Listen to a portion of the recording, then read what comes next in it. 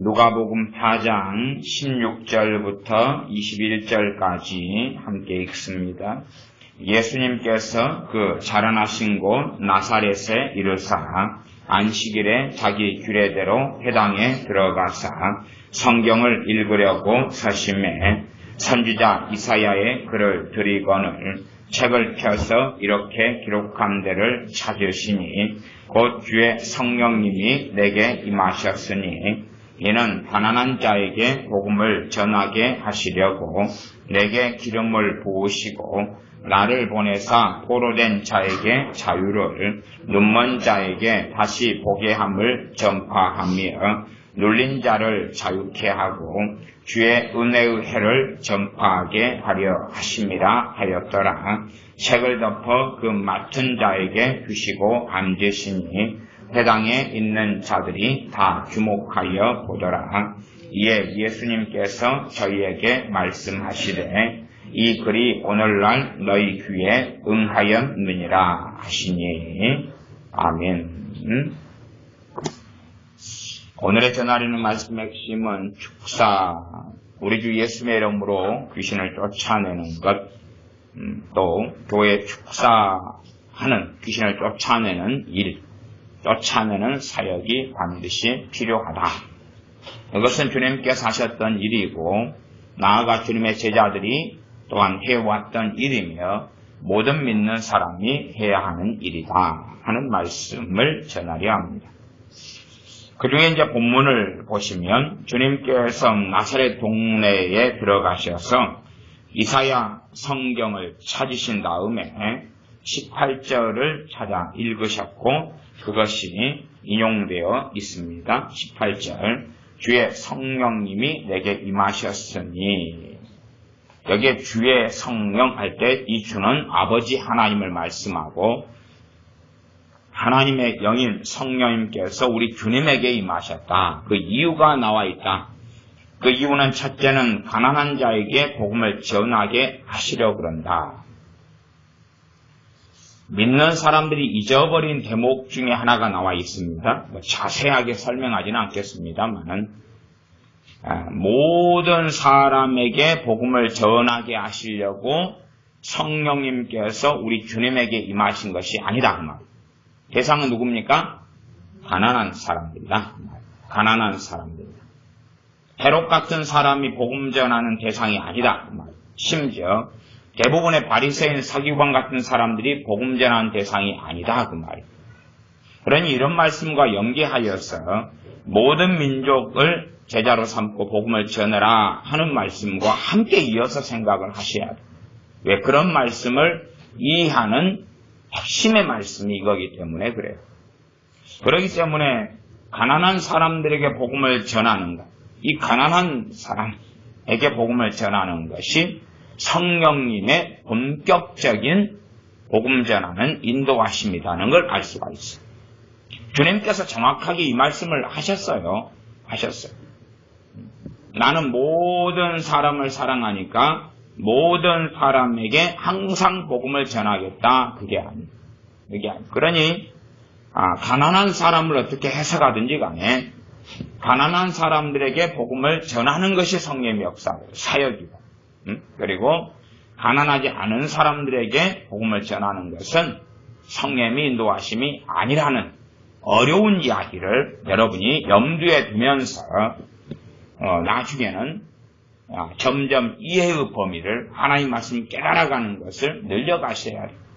눈이 가리워져 버리면 주님께서 이렇게 명백하게 말씀하셨고 심지어 이사야 선지자를 통해서 하나님이 말씀에 놓으셨는데도 불구하고 구약의 이사야에 나와 있고 주님이 직접 언급하시면서 주님의 사명으로 이야기한 말씀인데도 사람들은 어리석어서 눈이 가리워져서 보지 못하고 알지 못하고 깨닫지 못하고 자의적으로 해석하는 사람들이 굉장히 많다 그 말이에요.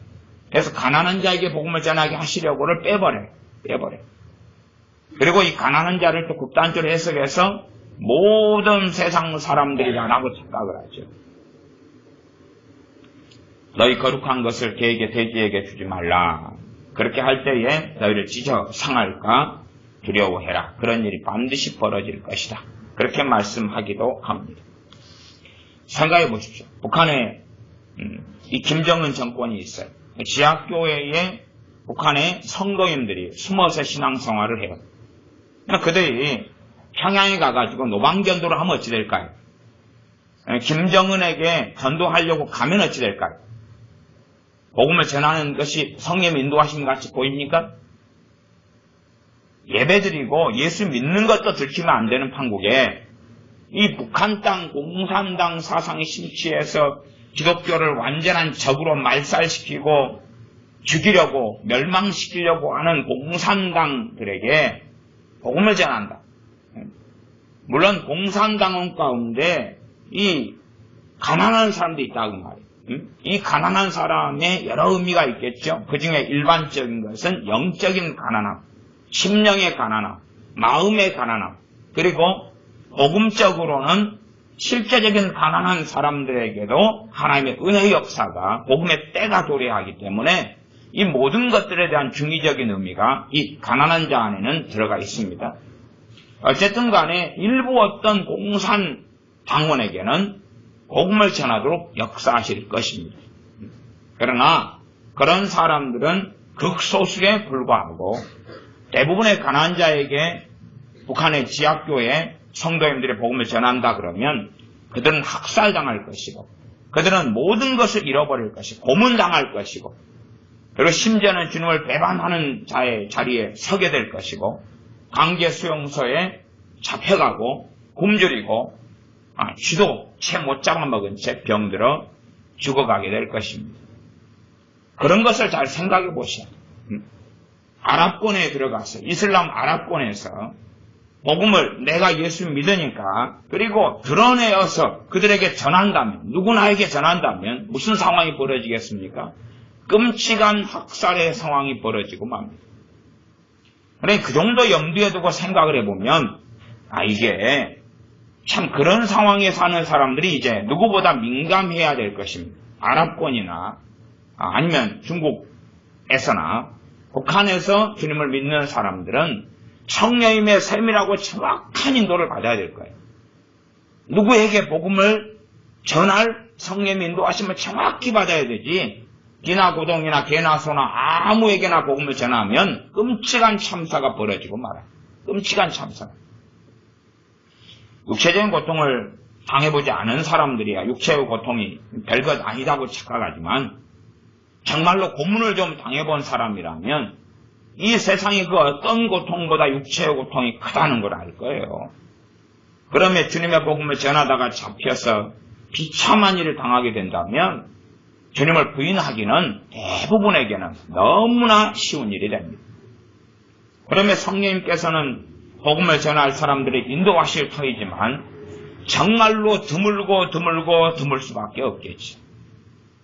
그러면 과연 대한민국에서라 할지라도 모든 사람에게 복음을 전하는 게 성령의 인도하심 같이 보이시냐 그 말이. 심지어 그냥 내 가족이라 할지라도 그렇지 않다는 사실입니다. 자 이제 그런 본문의 내용은 아니기 때문에 본문이 이렇게 있다고만은 제가 간략하게는 짚고 설명하고 여러분이 이해 못하실까봐 극단적인 북한이나 중국이나 아랍권의 경우를 제가 예제로 들었습니다. 너무 이해 못하시는 분들이 많으셔가지고 하나님은 사랑이시기 때문에 모든 사람에게 복음 전하는 게 뜻이 아닙니까? 이런 좀 소설 쓰는 분들이 계셔가지고 자 가난한 자에게 복음을 전하게 하시려고 주님의 사명이 있습니다. 첫 번째 복음을 전파하는 것 가난한 자에게입니다. 모든 사람은 아니고요. 내게 기름을 부으시고 성령의 기름 부으심 성령의 권능입니다. 나를 보내서 포로된 자에게 자유를 두 번째 사명은 포로된 사람에게 자유를 얻게 하시려고 그런다. 대부분 영적 해석은 그렇습니다. 이 포로를 죄의 포로라 이렇게 이해합니다. 그러나 실제로는 죄의 포로의 이상의 의미입니다. 마귀의 포로를 이야기하지 죄의 포로라는 단순한 걸 이야기하지 않습니다.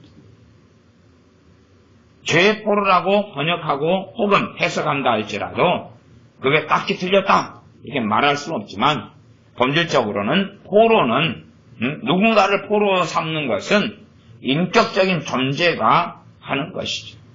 마귀의 포로를 이야기합니다. 그래서 성경은 명백한 에베소 2장 같은 경우에도 우리가 죄와 허물로 죽었고 마귀에게 속하여서 이 세상 신에게 속하여서 이 세상 신을 따라서 이 세상 풍속을 쫓아왔다. 그렇게 말씀하고 있습니다. 그 마귀에게 포로된 자들을 자유를 주시려고 주님의 사명. 그 다음 눈먼 자에게 다시 보게 함을 전파한다.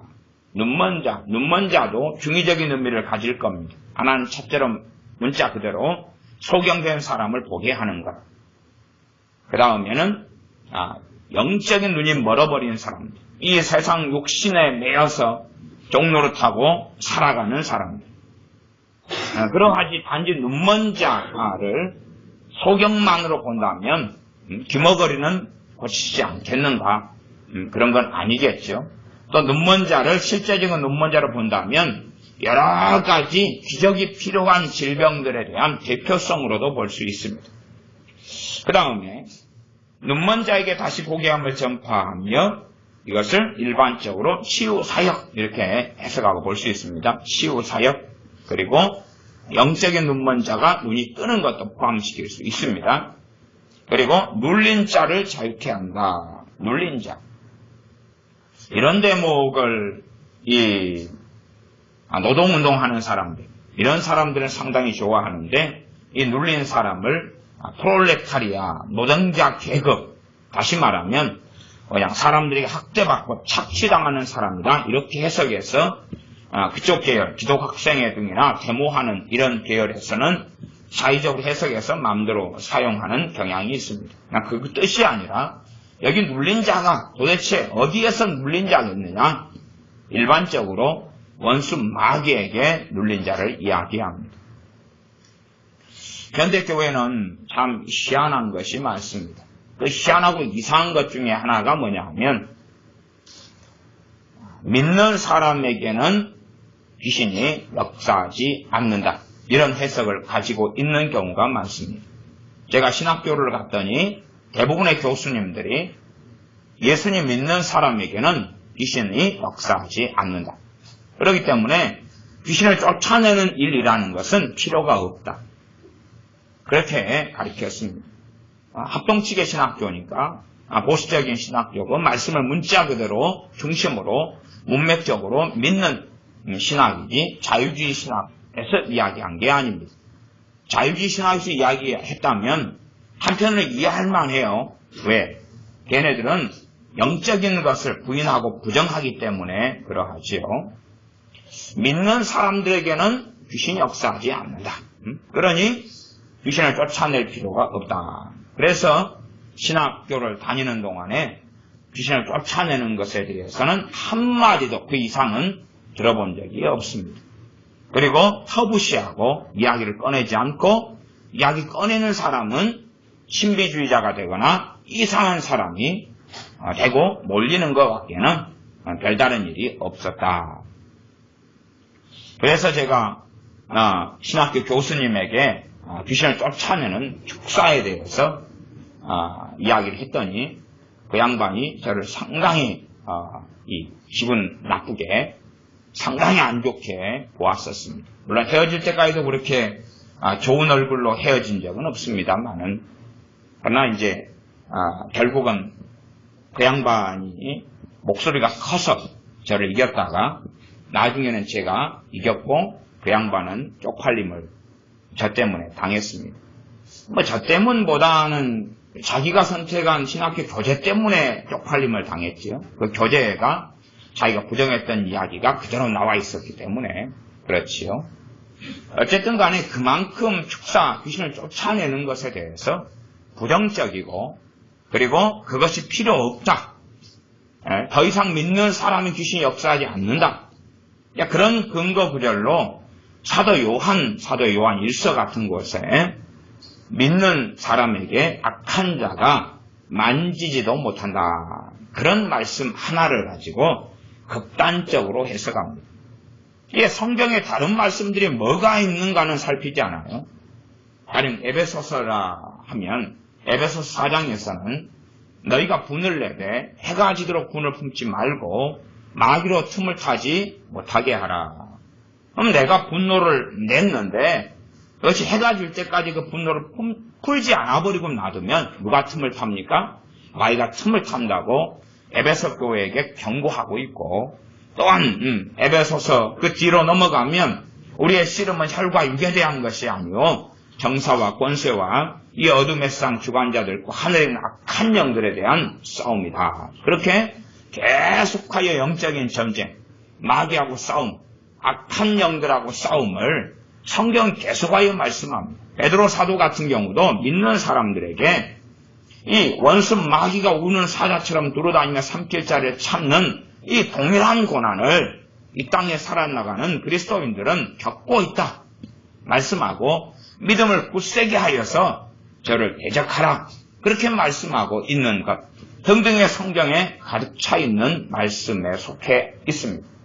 그러나 말씀을 명백하게 서로 비추어서 함께 봐야 되는데, 한 구절 자기가 믿고 싶고 자기가 이해하고 싶은 한 구절만 가지고 다른 모든 말씀을 버려버리고 치워버리고 그렇게 하면서 극단적으로 해석하는 것이 유감스럽게 한국교회는 굉장히 만연되어 있는 일입니다.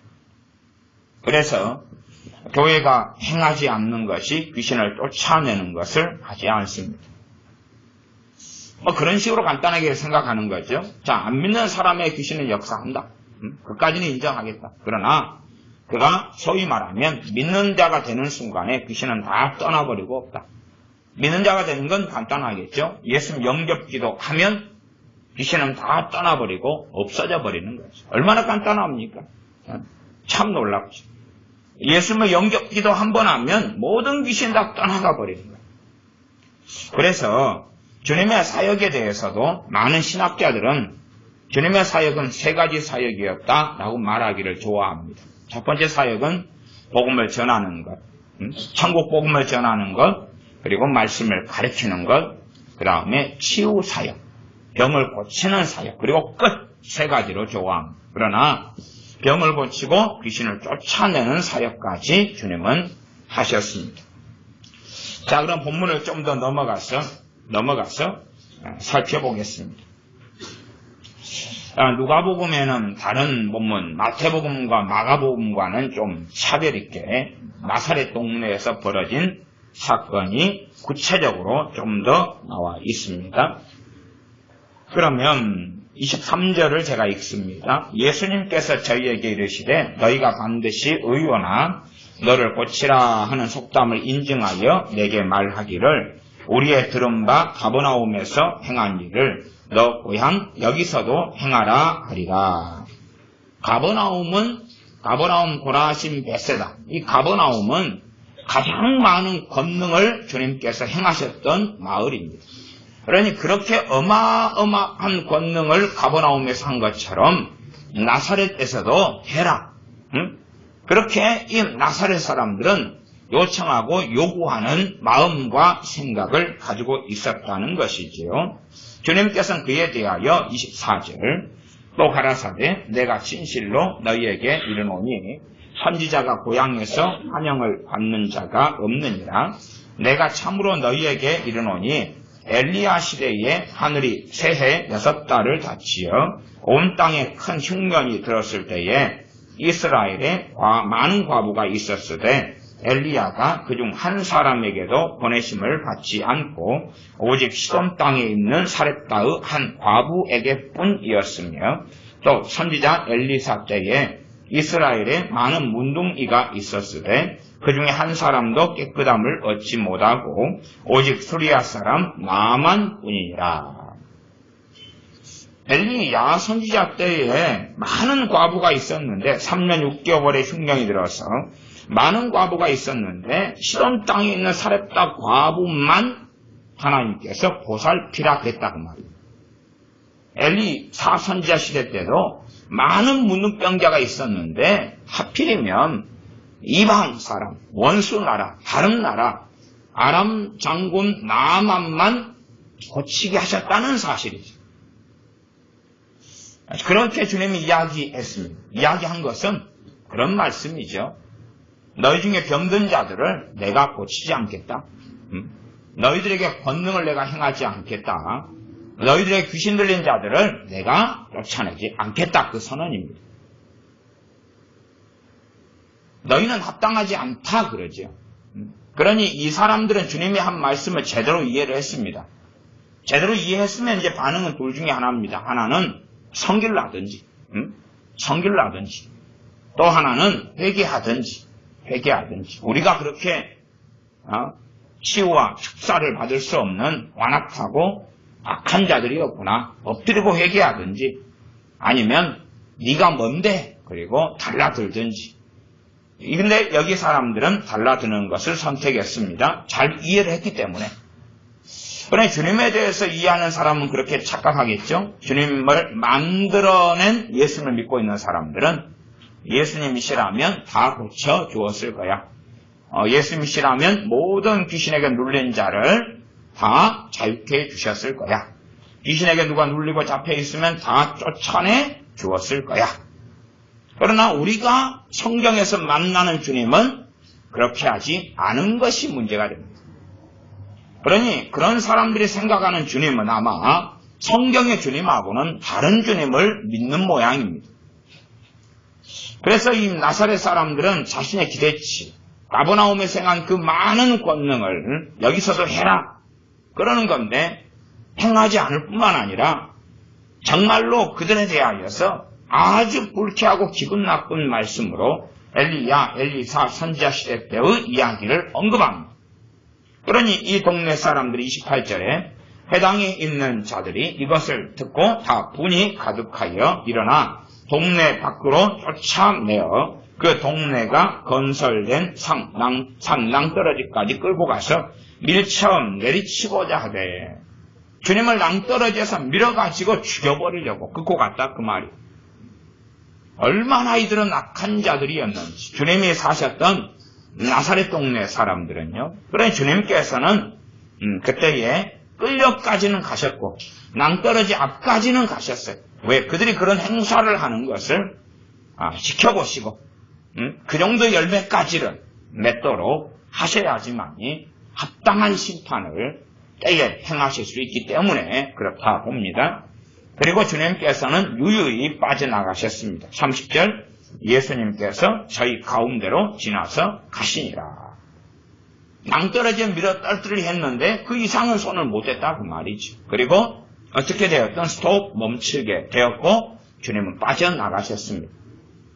그리고 성경에 기록되기를 그 다음에 나사렛에서 오신 사건은 없습니다. 그 기록이 없다 그 말, 없다. 그리고 이제 주님께서 이 31절부터는 다시 가버나움에 다시 돌아오셔가지고 가르치시고, 그 다음에 33절은 회당에 더러운 귀신 들린 사람이 있어 크게 소리를 지른다. 그리고 이 사람을 치유해 주는 이야기가 나와 있습니다. 다시 40절로 넘어가면 해질적에 각색 병으로 앓는 자 있는 사람들이 다 병인을 데리고 나오매 예수님께서 일일이 그 위에 손을 얹으사 고치시고 여러 사람에게 귀신들이 나가며 소리질러 가로되 당신은 하나님의 아들이니이다. 여러 사람들에게서 귀신들이 소리질러 떠나고 나갔다. 이게 병을 고치는 사역하고 그다음 귀신을 쫓아내는 사역을 주님이 계속 하셨습니다. 지금 시대에는 많은 교회가 영적으로 쇠락돼 갔기 때문에 귀신을 쫓아내는 사역을 감대하고 있는 실정이고 인정하지 않기 때문에 교회들에서 귀신을 쫓아내는 사역을 하는 교회를 찾기가 정말로 어렵습니다. 정말로 귀신을 쫓아내는 사역을 하는 교회가 찾기가 어렵습니다. 주님께서 포로된 자를 자유케 하시고 눌린 자에게 자유를 주시려면, 마귀에게 눌린 자를 자유케 해야 된다면 지금 시대도 얼마나 이 마귀에게 눌린 자가 자유케 되지 않으면 자기 힘과 자기 능력으로 자유를 못 찾겠는가, 그것을 생각해 보아야 합니다. 마가복음 16장에는 믿는 자들에게는 이런 표적이 따르리니 첫 번째 표적은 뭐냐 하면 저희가 내 이름으로 귀신을 쫓아낸다는 것입니다.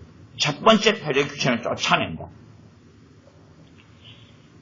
사람들은 헷갈리지 말아야 됩니다.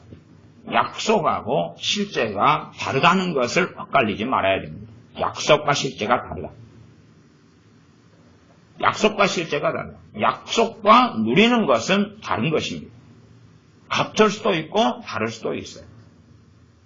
예를 들어 제가 어느 분식점에 만 원을 남겨놓고 만 원을 맡겨놓고 특별한 아이들에게 그 분식점 사장님을 소개해주면서 내가 너희를 위해서 만 원을 맡겨놓았기 때문에 학교 끝나고 학교 앞에 있는 이 분식점에서 만 원어치까지 먹어라. 약속을 했다. 그러면 이제 그 아이들이 그것을 잘 기억하고 있다가 미리 지불된 만 원으로 인하여서 만 원어치 분식을 먹을 수도 있고 아니면 기억하고 있지 못해가지고 못 먹을 수 있다 그 말이에요. 그런 차이가 있어요. 요한일서에 믿는 사람을 악한 자가 만지도 못한다는 건 약속입니다. 약속. 그러나 약속하고 실현은 다른 것이에요. 그 약속을 받은 사람이 우리 주 예수의 이름으로 약속이 이루어져 가는 삶, 결국은 주님 닮고 성화되어서 아기가 만지도 못하는 삶에 들어갈 수도 있겠죠. 그러나 보통의 믿음의 성장을 가지고는 사단의 공격은 계속 받습니다. 믿음의 방패를 가지고 악한 자의 화전, 불화살을 너희가 막아라 라고 말씀하고 있는 거지. 그러니까 어리석은 사람들의 영적인 눈이 가리워져서 자기가 사는 삶, 자기의 세상에서 마귀가 더러운 귀신들이 역사하는 것을 보지는 못하고 알지 못해요. 단지 자기 가족, 직장의 사람들 밖에 없는 거예요. 하나님도 여기서 멀리 계시고 더러운 영들도 내가 사는 삶에서 하루 중에 더러운 영들은 부단히 활동했을 거예요. 부단히. 그러나 전혀 모른다는 사실. 더러운 영들이 내가 사는 삶, 나를 통해서든지 다른 사람 통해서든지 부단히 활동했을 거예요. 심각한 이야기로 한다면 나는 스스로의 자기를 의롭다고 생각하는 사람은 이 더러운 영들이 다른 사람을 통해서 나는 공격은 했어도 나를 통해서 다른 사람을 공격하지는 않았을 거야 라고 착각하지. 그러면서 자기 의 속에 들어가서 다른 사람을 판단하고 정죄하고 그렇게 하는 경우는 손쉽게 일어나고 많이 일어나는 일입니다. 예수 믿는 사람들에게 첫째 표적이 내 이름으로 귀신을 쫓아내며 두 번째 표적이 새 방언을 말하는 것. 그리고 마지막으로 가면 이제 병든 자에게 손을 얹은즉 나으리라. 우리가 예수 믿는 사람, 여러분이 저기 큰 종합병원 가셔가지고 병든 사람에게 손을 얹어보세요. 얹어보세요. 약속은 있잖아요. 약속은. 응? 얹으면 낫냐 그 말이에요. 얹어보세요. 응? 낫냐 그 말이에요. 거의 대부분은 병이 낫는 것을 보지 못할 거예요. 특별히 병 고치는 은사를 가진 사람, 병 고치는 은사를 가진 사람이라도 환자 100명을 손 얹었을 때 몇 명은 고쳐질 수 있겠죠. 그러나 그 프로테지가 일반적 병 고치는 은사가 아주 강렬해도 한 20, 30% 정도는 안 됩니다. 10명의 손 얹었을 때 2, 3명, 그 정도 돼도 상당히 치유 은사가 강하다 그렇게 말할 수가 있습니다. 어쨌든 앞의 말씀은 귀신을 쫓아내는 것, 이런 권능이라 할지라도 주님께서는 아무나에게나 누구나에게나는 해당이 안 되었다는 것은 제가 계속하여 말씀드린 거기 때문에 축사를 가지고 얼마든지 귀신을 쫓아내는 능력을 받아서 불법을 행할 수는 있습니다. 이게 믿는 사람에게 하신 약속은 귀신을 쫓아낼 수 있다는 거예요. 그게 첫 번째 표적, 귀신을 쫓아낼 수 있다는 거예요. 그게 첫 번째 표적이에요. 그러나 그 약속이 있기 때문에 무조건적으로 귀신이 쫓겨나가는 것하고는 다르다. 다르기 때문에 다른 말씀들을 같이 확인하면서 말씀을 알아갈 수밖에 없다는 사실입니다. 약속과 약속이 이루어지는 것 실제는 달라요. 그것은 각 믿는 사람들에게 달린 문제라는 사실이에요.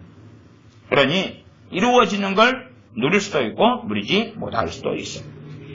자, 이제 성경을 상당히 넘겨서 누가복음 마지막 24장을 봐보겠습니다. 누가복음 마지막 24장입니다. 24장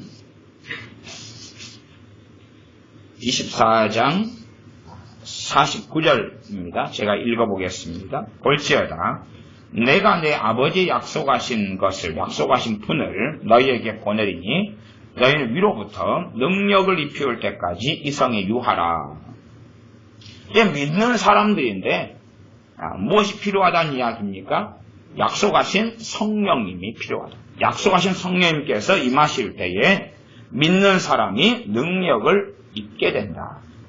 능력을 입은 사람들이 실제로 귀신을 쫓아내는 삶을 살아갈 수 있습니다. 또한 귀신이 쫓겨나가는 것도 정말 쉬운 일은 아닙니다. 쉽게 되어지는 것은 아닙니다. 예전 우리나라도 1970년대까지가 되었을 때는 정말로 많은 귀신 들리는 사람들이 있었어요. 지금도 물론 사실은 아주 많습니다만 그때는 지금보다 훨씬 더 강렬했습니다. 그러면 그 더러운 귀신의 역사가 지금은 사라졌을까요? 문명화되었고 미개한 시절, 과학 문명이 발달하지 않은 시절에는 귀신이 많이 역사했고 지금 문명이 발달했으니까 더러운 귀신이 도망갔고 사라졌을까요? 그게 아니지요. 걔네들의 전략과 전술이 바뀐 것이죠. 바뀐 것이죠. 어떤 면에서 과거의 교회는 귀신을 쫓아내는 교회였어요. 그러나 지금의 교회는 귀신을 쫓아내지 않는 교회고 심지어 귀신을 쫓아내는 것을 반대하는 교회가 되었습니다. 주님께서 하시는 사역을 계속 이어가지고 해야 되는데 그것을 하지 않는 거예요. 이게 믿는 자들에게 첫 번째 표적 귀신을 쫓아내매라고 말씀하신 것은 쫓아내야 한다는 것이죠. 그 당위성을 전제로 하는 것입니다. 귀신과 싸워야 되고 더러운 귀신을 쫓아내야 된다는 말씀인데 교회는 그러한 주님의 말씀을 귀담아 듣지 않고 시행하지 않지요. 내가 너에게 공부한 모든 것을 가르쳐 지키게 하라. 자기들이 또 시행할 뿐만 아니라 또한 계속 이어서 전도를 받아 주님을 믿게 된 사람들도 주님께서 하신 사역을 이어서 해야 되는데 그렇게 하지 않는 거죠. 저희 당시에 주님께서 오셨을 때는 귀신 들린 사람이 너무나 많았고 그래서 쫓아낼 게 많았고 거꾸로 이야기했어요. 이제 지금 시대의 팔레스틴, 지금 시대의 유대인들이라고 한다면 지금 시대의 이스라엘에 살고 있는 그 유대인들은 귀신이 역사하지 않느냐 그 말이에요. 훨씬 더 많겠죠. 훨씬 더 많겠죠. 그러면 지금의 예루살렘이나 지금의 팔레스틴의 교회가 세워진다면 더 강렬하게 해야 될 사역은 귀신을 쫓아내는 사역일 거예요. 그러나 이제 지금 이런 신학처럼 교회가 귀신을 쫓아내는 사역을 안 해버리거나 심지어 금지해버리고 그리고 그것이 뭔가도 이제 교회 종들이 모르게 되어져 버렸어요. 제가 신학대학원 다닐 때 동기 전사님들 지금 목사님이 되신 분들이 학년에 한 120명 되었는데 저는 이제 활발하게 학교 생활을 했기 때문에 많은 사람들과 함께 어울리고 또 많이 지냈는데 귀신을 쫓아내는 것 이런 것에 대해서 아는 사람은 사실은 없었어요. 그 중에 아무도 없었어요. 아무도 없었어요. 저 혼자 말고는 아무도 없었어요. 사실은 이제 나이가 들어서 그 양반들이 배우고 알았을까? 대부분은 은사 중단에 빠지기도 하고 그리고 이 어리석은 성경 이해 속에 많이 들어가는 사람들. 그러면 교회 안에 현시대 교회 안에 귀신을 쫓아내지 않는 것 그거에 대한 무지는 한편으로는 당연한 것처럼 보여져요. 그러하면 얼마나 많은 사람이 귀신에게 잡히고 눌려있는데 자유케 되기는 정말 어렵겠죠. 마귀 역사에는 크게 제가 두 가지 종류가 있다고 계속 말씀드려 왔어요. 하나는 들려버린 것, 하나는 들려버린 것. 들려버린 일들은 불신자들에게서 그런 경우가 있다면 축사하고 쫓아내줄 수가 있겠죠. 물론 그것도 쉬운 일이 아니기 때문에 주님께서 이 성령이 임하시면서 권능을 받으신 거고 주님의 사도들에게도 그 권능을 나눠주신 거예요. 나눠주셨고, 그러나 유감스럽게도 많은 경우 귀신이 쫓겨나갔는데, 주님께서 변화산에 가셨을 때는 사도 9명이 남아있었는데, 한 아이에게서 귀신을 못 쫓아냈어요. 9명. 그런 일도 있었다, 그 말이에요. 귀신을 쫓아내는 권능을 직접 받은 사도들도 못 쫓아내는 귀신이 있었어요. 그렇기 때문에 귀신을 쫓아내는 사역은 결코 쉬운 사역은 아니다, 그 말이에요. 능력과 권능을 받아야지만이 제대로 그 사명을 감당해 나가는 걸음을 걸을 수 있겠죠. 그러나 그것은 결코 쉬운 것은 아닙니다. 그렇게 그 사람의 인격을 사로잡아버린 경우는 그 사람은 필연적으로 지옥에 갈 수밖에 없습니다. 그러니 그가 주님을 만나고 영접하고 믿을 수 있는 기회를 빌려면 먼저 그에게 역사하는 귀신을 쫓아내야 돼요. 그래서 자유케 되어져야지만이 그가 주님을 영접하고 믿을 수가 있겠다, 그 말이에요. 그리고 자유케 되어졌는데도 불구하고 주님을 영접하고 믿지 않는 사람도 있어요. 그럴 경우는 이제 대부분 나중 형편이 더 심각하게 되는 주님의 말씀이 응하게 되는 일들이 벌어지겠죠.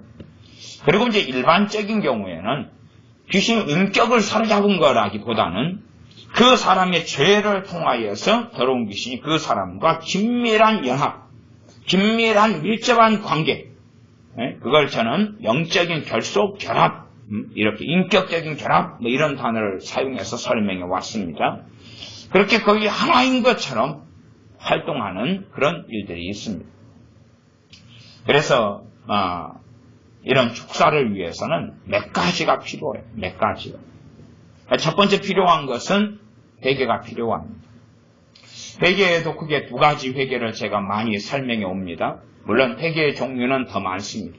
더 많아서 크게는 한 3가지 정도로 나누어 설명하겠습니다. 더 많은 종류가 있으나 첫 번째 회개는 지난주 주일날이나 그 앞 주일날이나 말씀드렸던 회개. 회개. 어떤 회개냐 하면 특별히 하나님의 은혜의 선물로서는 회개. 그것을 통해서는 상당히 많은 마귀 역사를 약화될 수 있고 또 약한 놈들은 쫓겨나가기도 합니다. 회개가 터질 때. 그냥 눈물이 쏙 나오고 죄가 깨달아지고 내 죄가 이 그림처럼 화면처럼 다 보이고 하는 등. 물론 다는 아니고 일부인데 경험하는 사람들이 다라고 경험할 때가 많아서 제가 다라는 단어를 썼습니다. 그러나 이제 그런 회개는 우리가 고대하고 기다리고 기도한다 해서 우리가 원하는 때 항상 일어나지는 않습니다. 그러나 항상 유효한 회개가 있는데 항상 효력 있는 회개가 있는데 그 회개는 믿음으로 하는 회개입니다. 많은 사람들은 믿음으로 회개하기보다는 행위로 하는 회개를 하기를 좋아합니다. 모양 비슷해요. 믿음으로 하는 회개와 행위로 하는 회개. 행위로 하는 회개에도 좀 복잡하게 들어가면 2가지의 회개가 있어요. 행위로 하는 회개인데 2종류가 있습니다. 물론 제가 오늘은 설교를 짧게 하려고 그러기 때문에 한두 문장만으로 그걸 이야기하고 마무리하겠습니다. 일반적인 행위로 하는 회개는 내가 죄를 짓는 것을 멈추는 것을 이야기해요. 죄를 안 짓는 것. 그러나 정말 그게 회개가 될까? 회개 열매는 돼도 그것 자체가 회개는 되지 않겠습니다. 다른 말로 하면 내가 거짓말을 1000번 했어요. 1000번 한 다음에 이제 거짓말을 안 하기로 했어요. 그런다 해서 그게 회개가 되겠는가? 그 앞에 1000번의 죄는 어떻게 할 거예요? 1000번의 죄는 어떻게 할 거예요? 내가 사람을 살인을 500명 한 다음에 이제 살인을 안 저질러요. 그러니까 회개가 된 거예요? 이상하지요? 근데 그런 식의 개념이 굉장히 한국교회에 많이 퍼졌습니다.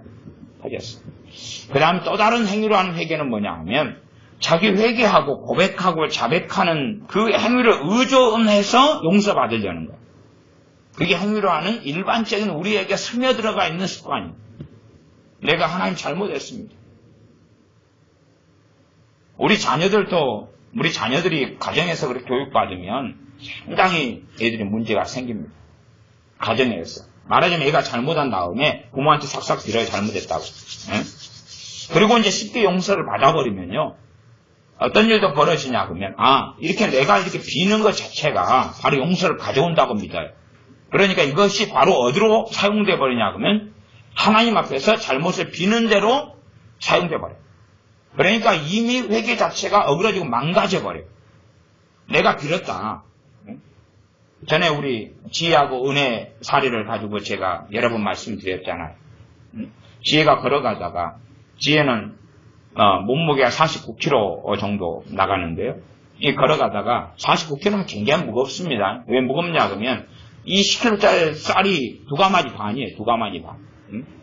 그게 이제 걸어가다가 동생 발을 사뿐히 지려갖고 가시옵소서고 지려 밟았어요. 쌀 2가마지 반이. 2가마지 반이 퍼져가지고 발등에 떨어지는 것하고 한 초점에 맞춰가지고 떨어지는 것은 틀려요. 그러니까 이제 동생이 아야야 그리고 막 울었어요. 아프니까. 그래서 막 우니까 언니로서 발을 사뿐히 지려밟은 49kg라고 지려밟은 언니가 미안해 그리고 지나갔어요. 진정성 없이 미안해 지나갔어요. 그래 동생은 더 억울한 거예요. 더 억울한 거예요.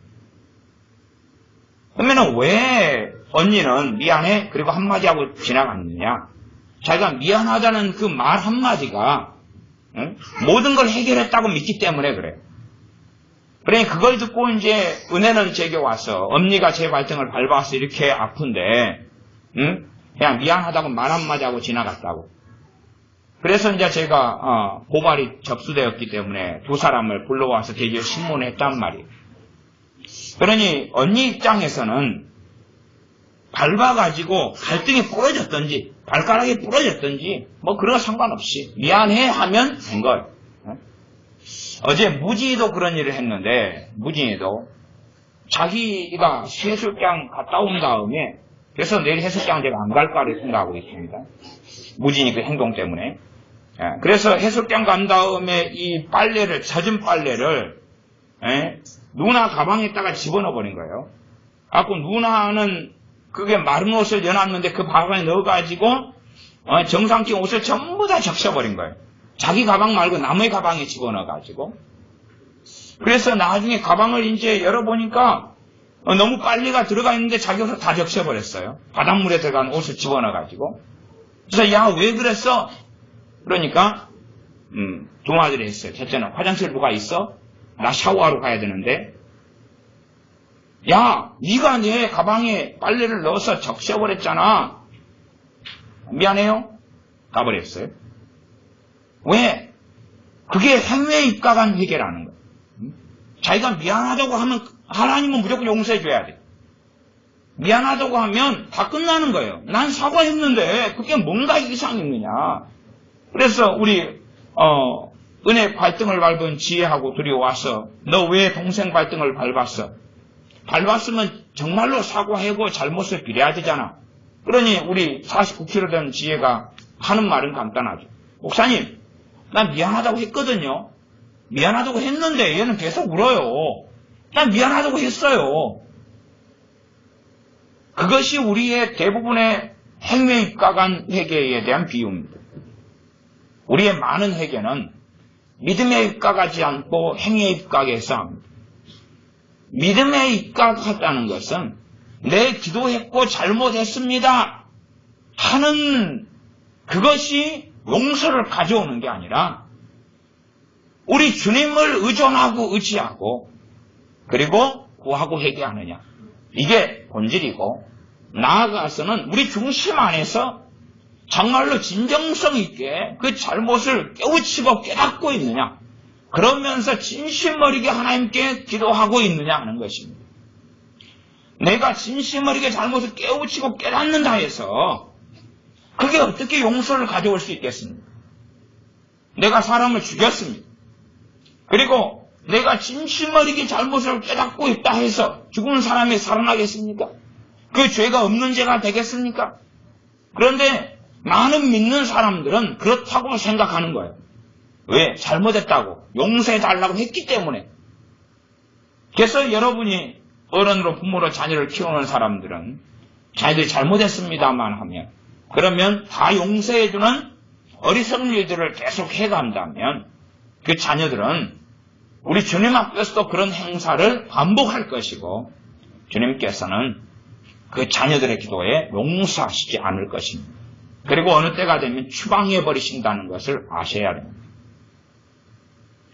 정말로 진정성 있게 해야 되고 진심 어리게 잘못을 하나님께 빌어야 되고 비는 그 행위에 용서가 달려있는 게 아니라는 사실입니다. 그래서 믿음으로 하는 회개가 회개의 본질에 들어갑니다. 항상 유효합니다. 항상 역사하는 회개는 우리 주님을 의지하고 의존하여 100% 주님만을 의존하여 하는 회개죠.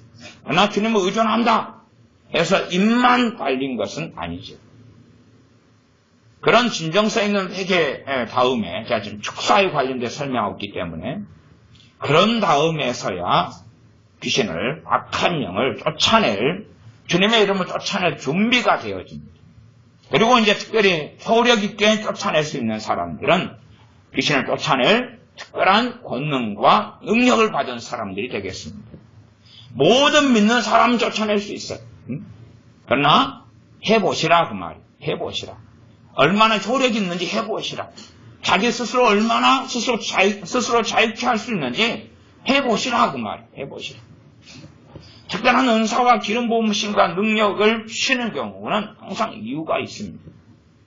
그래서 믿음으로 하는 회개 다음에 축사, 귀신을 쫓아내는 것이 필요하고 그런 다음에는 상당히 놀라운 일들이 벌어져 갈 수 있는데 그 가운데 하나는 회개에 합당한 열매가 맺어져 갈 수 있는 것을, 맺어지는 것을 때때로 혹은 자주 보게 되어집니다. 내가 내 스스로 행동을 고치려고 발부둥치는 많은 부분에서 실패하고 넘어지는데 믿음으로 하는 회개 이후에 축사가 되어져 갈 때, 또한 되어졌을 때에 그러한 죄들이 끊어지고 잘 지어지지 않고 자유함이 오는 것을 경험하게 됩니다. 물론 이것도 아주 간략한 단편적인 이야기만 간략하게 했습니다.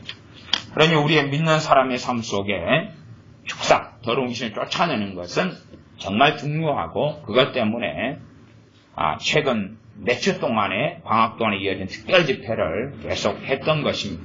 그래서 이 집회가 이제 오늘 저녁 정도 되면 거의 마무리고 끝나는 것이고 내일 오전 10시에는 어찌 될런지는 제가 잘 모르겠는데 이제 거의 끝나는 마감이고 축사를 충분히 많이 받으셨다고 생각하고 그런 열매가 집회를 통해서 맺혀져야 사실은 가장 좋은 열매를 맺은 것이다. 그래서 오전과 오후에도 계속 축사 시간을 가지셨기 때문에 제가 특별히 오후에는 설교하지 않고 지나가드렸습니다. 기도하겠습니다.